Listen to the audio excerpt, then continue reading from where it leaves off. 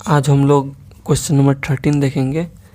For any set A prove that A is subset of null set double way implies A equal to null set. इसका मतलब double way implies का मतलब यहाँ पे ये हुआ कि ए सबसेट है नल सेट का, तो ए जो हो जाएगा वो नल सेट होगा, या ए अगर नल सेट है तो वो क्या होगा, ए जो हो जाएगा सबसेट होगा नल सेट का।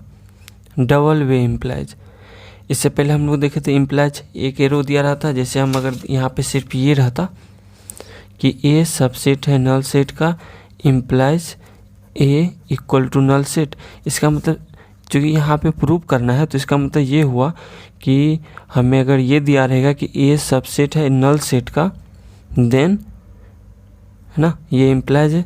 इसका मतलब ये हुआ कि अगर ये दिया हुआ है तो हमें प्रूव करना है कि ए जो हो जाएगा वो क्या होगा, नल सेट होगा। लेकिन जब यहाँ पे डबल वे इम्प्लाइज हो तो इसका मतलब अगर ये दिया हुआ है तो हमें दिखाना है कि ये जो हो जाएगा, ए जो हो जाएगा वो नल सेट होगा, एंड ये अगर ए सेट ए जो है नल सेट है तो हमें ये दिखाना है कि ये जो होगा मेरा सेट ए वो सबसेट होगा नल सेट का। ठीक है, तो यहाँ पे प्रूव करना है, तो प्रूव करने का मतलब यहाँ पे ऐसा लग रहा होगा क्या, कोई मैथमेटिकल इक्वेशन करेंगे, ये करेंगे, तो जाकर यहाँ पे बस यहाँ पे सिंपल सा प्रूव करने के लिए समझाएंगे कि ये जो हो जाएगा सेट ए अगर सबसेट है नल सेट का तो ए जो हो जाएगा वो नल सेट होगा। कैसे, ये हमें दिखा देना। ठीक है, क्योंकि ए जो है वो सबसेट है नल सेट का, और हम लोग जानते हैं कि नल सेट का जो सबसेट होता है सिर्फ एक ही सबसेट होता है, और वो खुद इटसेल्फ है ना। हियर हम लोग यहाँ लिखेंगे, हियर ए इज, ए जो है वो सबसेट है नल सेट का, है ना। हियर यहाँ पे ए जो है सबसेट है नल सेट का, एंड यहाँ लिखेंगे एंड एज वी नो, जैसा कि हम लोग जानते हैं,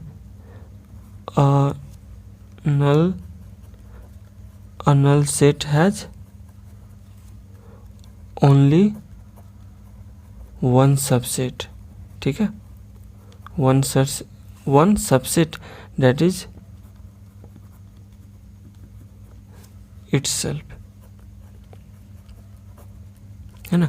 नल सेट का सबसेट सिर्फ वन होता है, वो खुद होता है। इसका मतलब नल सेट सबसेट है इसका, और ये जो हो जाएगा निश्चित रूप से क्या होगा, हेंस ए जो हो जाएगा वो हमारा क्या हो जाएगा, नल सेट हो जाएगा। क्यों, क्योंकि ए सबसेट है नल सेट का। ठीक है ना, तो ए सबसेट है नल सेट का, और हम लोग को पता है कि नल सेट का सबसेट सिर्फ क्या होता है, एक ही होता है, वो खुद होता है, और दे रखा है ए क्या सबसेट, इसका मतलब ए निश्चित रूप से नल सेट होगा। ठीक है ना, तो ये हम लिख देंगे, और इसमें कोई मैथमेटिकल इक्वेशन या इसी तरह से नहीं करेंगे, और लास्ट में दिखा देंगे ये प्रूव्ड हो गया। ठीक है ना, सिर्फ समझाना है कि ये इसके अगर ये सेट ए सबसेट है नल सेट का, तो ए जो हो जाएगा वो नल सेट होगा। ठीक है, डबल वे इम्प्लाइज का मतलब क्या करेंगे, ये दिया हुआ है, या ये लिखते हैं if A equal to null set, then, है ना, ए नल सेट है। ठीक है, तो हमें ये दिखाना है कि ए जो हो जाएगा वो सबसेट होगा नल सेट का। ठीक है ना, ए जो होगा सबसेट होगा नल सेट का। ए खुद नल सेट, इसको समझिए तो निश्चित रूप से, है ना, यहाँ पे लिखेंगे then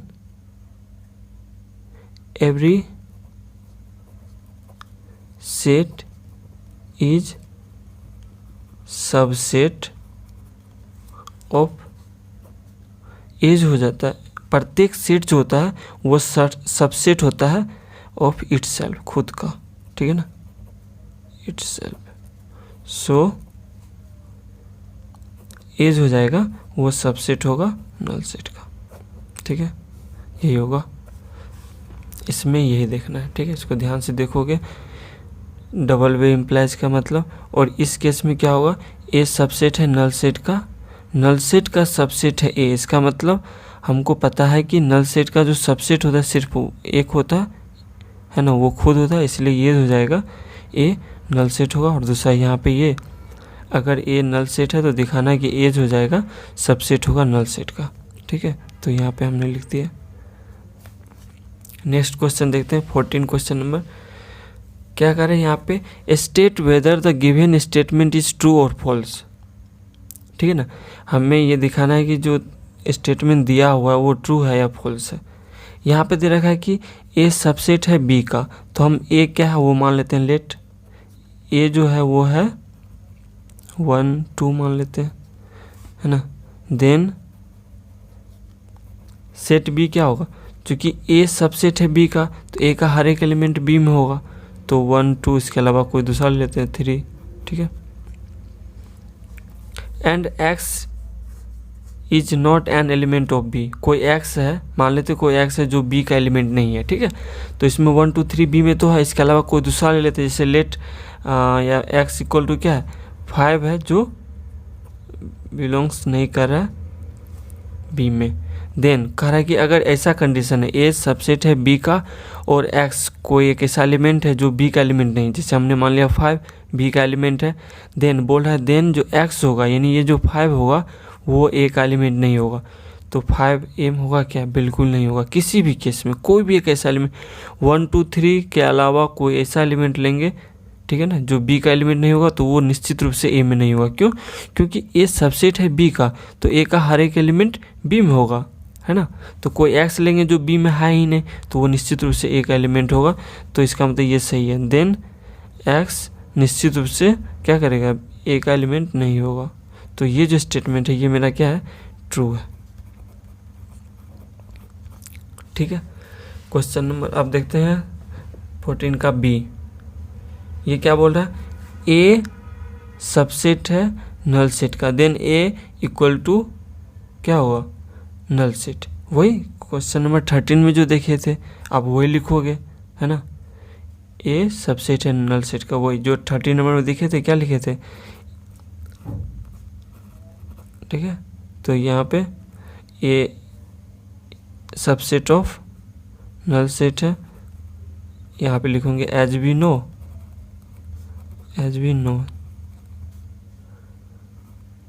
A null set has only one subset होता है, एक ही सबसेट होता है जो क्या होता है, इटसेल्फ होता है, ठीक है। सो ए इक्वल टू नल सेट होगा, ठीक है, इसमें यही लिखना होगा।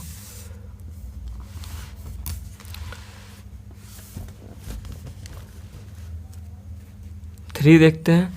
3 में बोल रहा है कि if A B and C are 3 sets such that A element, है ना, यहाँ पे एलिमेंट सबसेट नहीं, सेट ए जो है एलिमेंट है बी का and B is subset of C, then A will be subset of C. ये देखते हैं यहाँ पे ए एलिमेंट है बी का, तो मान लेते हैं पहले सेट मानेंगे, लेट ए जो है वो ए इक्वल टू कोई सेट मान लेते हैं 1 ही मानते छोटा सा, ठीक है। और बोल रहा है कि बी जो है सेट बी में एक एलिमेंट है, यानी ए जो है वो एलिमेंट है बी का, तो बी क्या होगा, बी में एक एलिमेंट हो, ठीक है, ये होगा, सॉरी यहाँ पे 1 होगा, यहाँ पे क्या होगा, बी इक्वल टू और कोई दूसरा ले लेते 2, चूँकि ए जो है वो एलिमेंट है बी का, तो ए है मेरा ये सेट ऑफ 1, तो इसलिए यहाँ पे सेट ऑफ 1 जो होगा वो एलिमेंट होगा इसका, सेट बी का। और बोल रहा है बी जो है सबसेट है सी का, ठीक है, तो बी सबसेट है सी का, तो बी में जो जो एलिमेंट होगा वो सी में होगा। तो यहाँ पे बी में कौन कौन एलिमेंट है, ये सेट ऑफ 1 और 2, तो यहाँ पे सेट ऑफ 1 और 2, इसके अलावा भी कुछ हो सकता है, मान लेते 3 दे दिया, तो ये होगा। देन तो बोल रहा है कि तब जो होगा ए जो होगा सबसेट होगा सी का, ये बोल रहा है। अगर ऐसा कंडीशन दे रखा है यहाँ तक, तो बोल रहा है ये जो होगा देन ए सबसेट होगा सी का, तो यहाँ पे ए सबसेट सी का तब होगा जब एक एलिमेंट सी में हो, तो ए का एलिमेंट है 1, तो सी में 1 है एलिमेंट क्या? बिल्कुल नहीं है ना। ये 2 है 3 है, बट यहाँ पे 1 एलिमेंट नहीं है, सेट ऑफ 1 एलिमेंट है। तो इसका मतलब ए सबसेट नहीं होगा सी का, ए जो होगा सबसेट नहीं होगा सी का। Then A is not subset of C, इसलिए ये जो हो जाएगा वो फॉल्स हो जाएगा। ठीक है,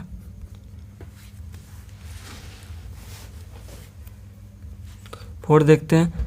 if A B and C are 3 sets such that A जो है सबसेट है बी का and B is an element of C, then ये होगा। देख लेते हैं, ए मान लेते हैं क्या, ए है मेरा 1 2 ले लिए, ठीक है, और बी क्या कर रहा है, बी सबसेट है ए का, तो बी क्या होगा 1 2 3 2 ले लिए, क्यों, पहले बाद में ले, कोई दिक्कत नहीं है। और उसके बाद बोला B is an element of C, तो सी में जो होगा बी का एलिमेंट होगा, तो यहाँ पे सी जो हो जाएगा, है ना, 1 3 2, उसके अलावा भी हो सकता है 3। तो बोल रहा है then A will be element of C, A element होगा सी का। कब? ए एलिमेंट का मतलब ए है मेरा, ये एलिमेंट है क्या इसमें, 1 2 इसमें एलिमेंट है नहीं है, एलिमेंट है मेरा ये, और इसमें जो सेट ऑफ 1 3 2 का एलिमेंट है। सी में सिर्फ 2 एलिमेंट है, एक ये और एक ये, इसीलिए यहाँ पे A is not element of set C, इसलिए ये फॉल्स हो जाएगा।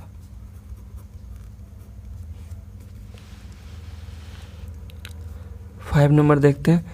If A B and C are 3 sets such that A is not subset of B and B is not subset of C, then जो होगा ए subset नहीं होगा C का। देखते हैं, मान लेते हैं कि ए क्या है 1 है और बी क्या है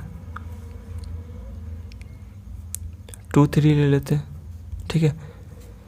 यहाँ पे ए सबसेट नहीं है बी का और बोल रहा है B is not subset of C, तो मान लेते हैं सी क्या मेरा 1 4 5 ले लेते हैं, ठीक है।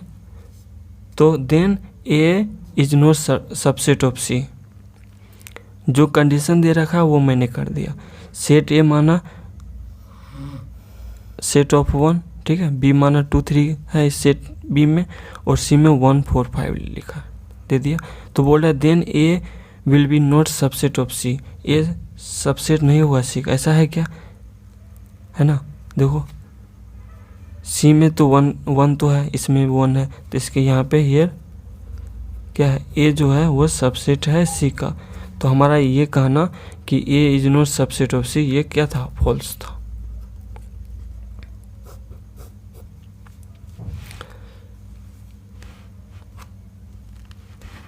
सिक्स नंबर बोल रहा है A and B are set such that X belongs to A and A belongs to B, then x belongs to B. देखते हैं यहाँ पे क्या बोल रहा है, A and B are set such that X belongs to A, है ना। तो ए मान लेते हैं क्या मेरा 1 2, और ए बिलोंग्स टू बी, तो सेट बी में क्या होगा, ए होगा, ए मतलब ये है, तो ये होना चाहिए 1 2, इसके अलावा कोई दूसरा मान लेते हैं 3 है, ये ले या ना ले कोई दिक्कत नहीं, है ना। कम से कम ये तो रहना चाहिए, क्योंकि ए एलिमेंट है बी में, तो कम से कम ये तो रहेगा ही। Then x belongs to B, तो बोल रहा है कि एक्स जो होगा वो बी से बिलोंग्स करेगा, एक्स।